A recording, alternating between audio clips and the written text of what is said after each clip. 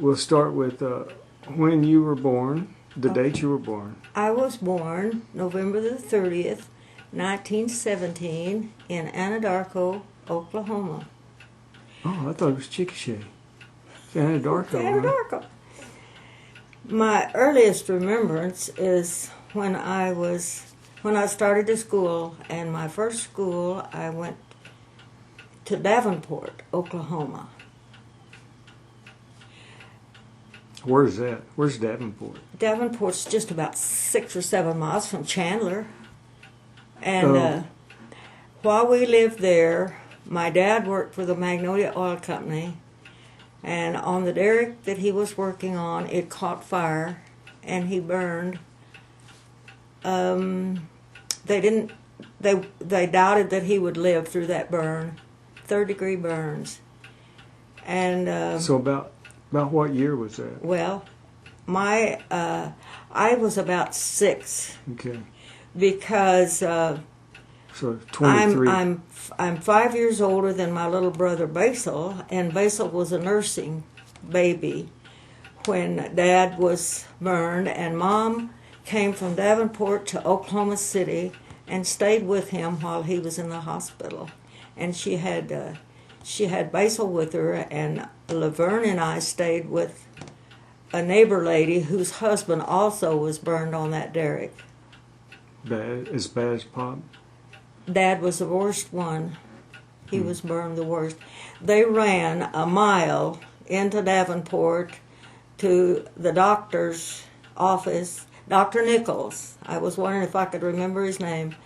And then they transferred him to Oklahoma City. And what did Nanny do? Well, Nanny just took care of me and Basil. Took care of Basil. Where was Bern? And then Dad. Was Bern not born? Yeah, Laverne and I stayed with a neighbor. Okay. And Mom had Basil in Oklahoma City. Well, when Dad recovered from the burn, he settled with the Magnolia Oil Company, and he bought a farm in Minco. Okay. And we moved to the farm. But before we moved to the farm, I'll tell you a fun thing that happened in Davenport. I had to take care of my little sister Laverne, and we walked about a mile to school. And there was this gal that always pestered. She always had somebody crying. And one day she took in after Laverne, and I caught up with her. And she hit her head down between her arms, and I came up with my fist, and I hit her in the nose, and bloodied her nose. And because she did what? Well, she was pecking on Laverne. Oh. Was Bern your little sister? Yeah. How much difference is there? 2 years. Okay. And we went on home. We walked about a mile to school, and when we got home, and then Dad came in from work, and he said, "Well, I met your friend Trudy," and said she came up to me and she said, "Your old girl hurt me," and her nose was still bleeding. Did she cry when you hit her? Oh, she hollered. You could have heard her for a block. She was just ornery. And she always had somebody crying, but she picked on Laverne that evening, and she shouldn't have done that. Okay. So we moved to the farm,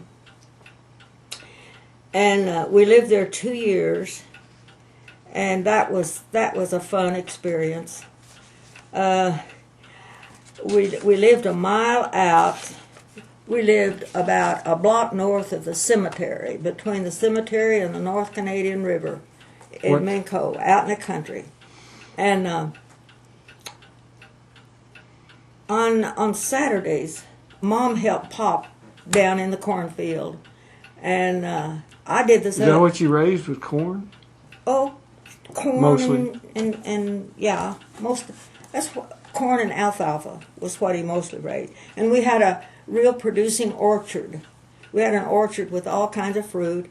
And Mom had a garden down close to the creek. A little creek divided, cut the 40 acres right in two, and down on the creek, Mom had a garden that just ran off with us. We had more corn on the cob, and ripe tomatoes and black-eyed peas. I can remember we never ate any better anywhere we lived than we did on the farm. And Mom always raised chickens. Anywhere we ever lived, Mom always raised chicken. So we had fried chicken and all milk the vegetables. Cows? Milk cows? Huh? Did you have a milk cow? Oh, sure. And we picked the fruit out of the orchard. And on Saturday, Laverne would take care of Basil. And I would do the family wash. And I did the wash on a rub board and hung it on the clothesline. And then I walked a mile. Pop bought a piano. He got some insurance money from the house when it burned, you know. Our house burned on the farm. And so we collected a little bit of insurance. And Pop built a house. And Pop bought that piano before the house burned. I don't know how he managed that. But anyway, I took piano lessons and I walked a mile. After I did the family wash, I walked a mile into Minko and took a music lesson. And Dad, we had a flood and it washed out the creek. Creek washed Pop's cornfield away, and he fell and broke his leg. And he decided farming just wasn't his thing. So by then the oil boom was in Kilgore, Texas. So Pop took off for Texas to get back into oil. And he rented the farm. What was the name of that? He rented the farm to a family. And they took us into Chickasha. Pop took us into Chickasha, and we rented a little house. And I went to the Chickasha Junior High School, and I had 2 dresses. We were fresh off the farm, and boy, I never felt so poor in my life. We didn't feel poor on the farm because that was the best eating we ever had. But when you go into a town with a bunch of kids, rich kids, and you got 2 dresses, and we lived in a little old rent house, and I never will forget Ronnie. I made a friend, and her mother wouldn't let her come to see me because we lived in the wrong part of town. But we stayed that rest of the year in school, and then Mom rented a big truck and put all our furniture on the truck, and she and Basil rode up in the cab with the mover, the truck driver, and he put 2 chairs up on top of the furniture in the back, and Laverne and I rode all the way to Kilgore on those chairs on top of our furniture. Well, we got down there, and we found Pop. Kilgore was a mess. It rained out every day, and all the roads were muddy and rutted, and there were people just living everywhere in tents. And Pop bought a tent it was 2 rooms, and it had a wood floor. And we had to actually go up steps to get into our tent, and there were tents all around us on the ground. We had the best tent in the Mulberry Grove. But Pop had just lost his job. So by the time we got down there and got settled in the tent, Dad wasn't working.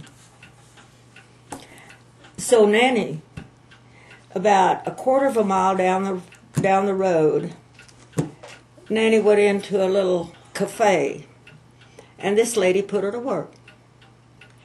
And Pop could eat there. She and Pop could eat there, but we kids had to eat at home. And I learned a lot about cooking. Then I must have been about 10. No, I was older than that. I was about 12. And Mom would get candy. This lady would let Mom have candy bars, at the same price that they cost her. So Mom would get a candy box, and she'd cut holes in each end and put a string around it. She got 2 boxes, and she cut a hole in each end of this candy box and put a string and put it around me and Laverne. We put it around our neck, and she filled them full of candy bars. And we went out in the field where men were working, digging ditches, all kinds of work, and we sold every bit of our candy. And the guys would just tease us, and buy the candy, and nobody ever said an ugly word to us. I wouldn't let one of my grandkids do that now, a thing like that now.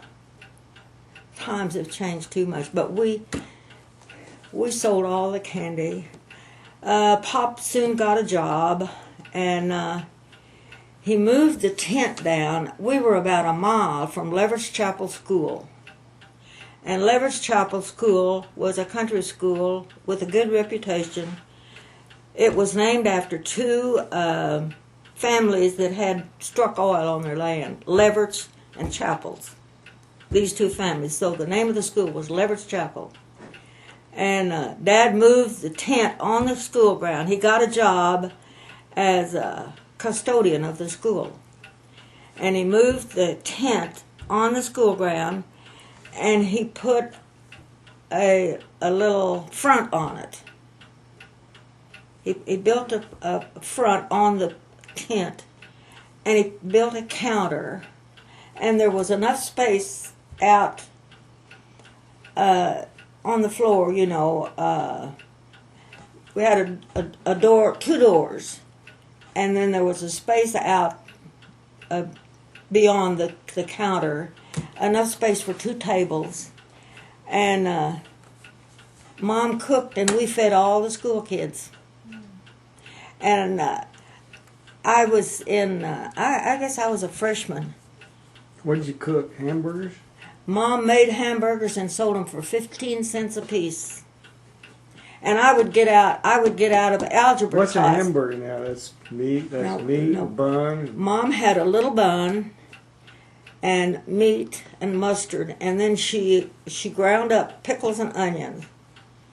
And I would get out of algebra class and go out and help Mom assemble the hamburgers. And by the time the bell rang, we had a stack of hamburgers ready for the kids. And So how many hamburgers did you sell a day? Oh, Ron, I don't know, 50 or so. Oh, probably more than that. Really? It's a pretty good sized school. And So how much did you get? If you said 15? 15 cents. Yeah, for a quarter you could buy a hamburger. I think sometimes she sold them for 10. She'd get a hamburger and a bar of candy and a bottle of milk for a quarter. And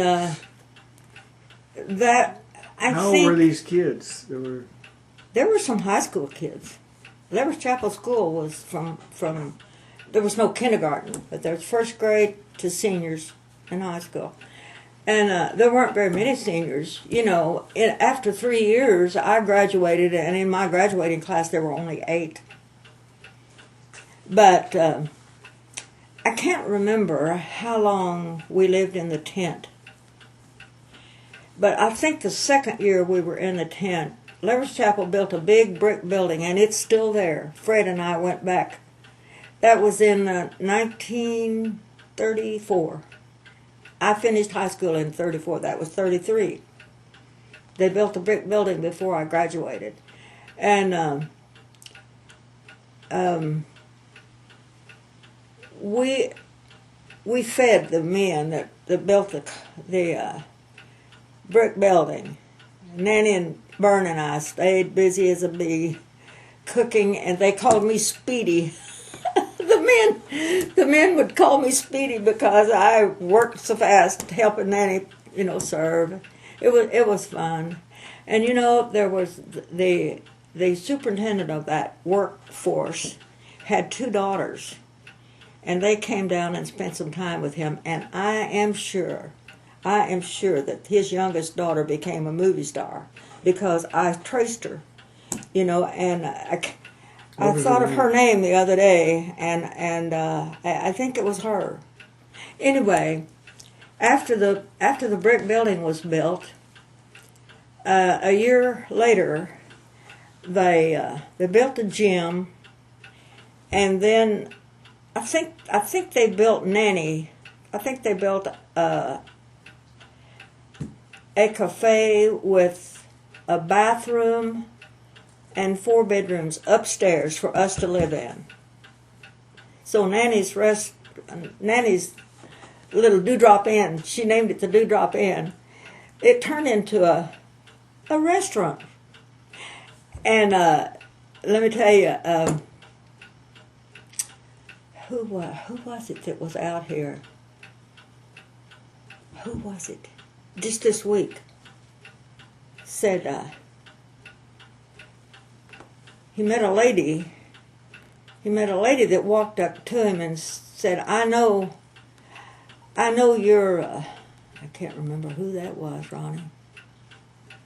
Anyway, he had met this lady that knew me and Fred and Nanny and Pop, and her mother worked for Nanny, and Nanny got a bigger restaurant, and we moved from Lever's Chapel to New London, and Mom had a cafe for about a year, maybe a year and a half, just out, and she made pies. She excelled in her pie baking. And the men that were on the job all around would come to Nanny's and eat their dessert. They'd eat their lunch and then they'd come to Nanny's restaurant and eat pie. And this lady's mother, and I met her at Jamal's dinner. She always shows up at Jamal's dinner. She comes and says, well, how did you I remember your mom. My mother worked for your mother. I said, yeah, your mother helped your grandmother. No, it was her mother. Your mother helped my mother make the best pies in East Texas. So, by then, let's see, Pop. How long did you have that restaurant? Not very long. It's just, I don't think Mom had it 2 years. And they had moved from Lover's Chapel to New London, and Fred and I were married in 1937. And so you met Dad? yeah, I met Fred.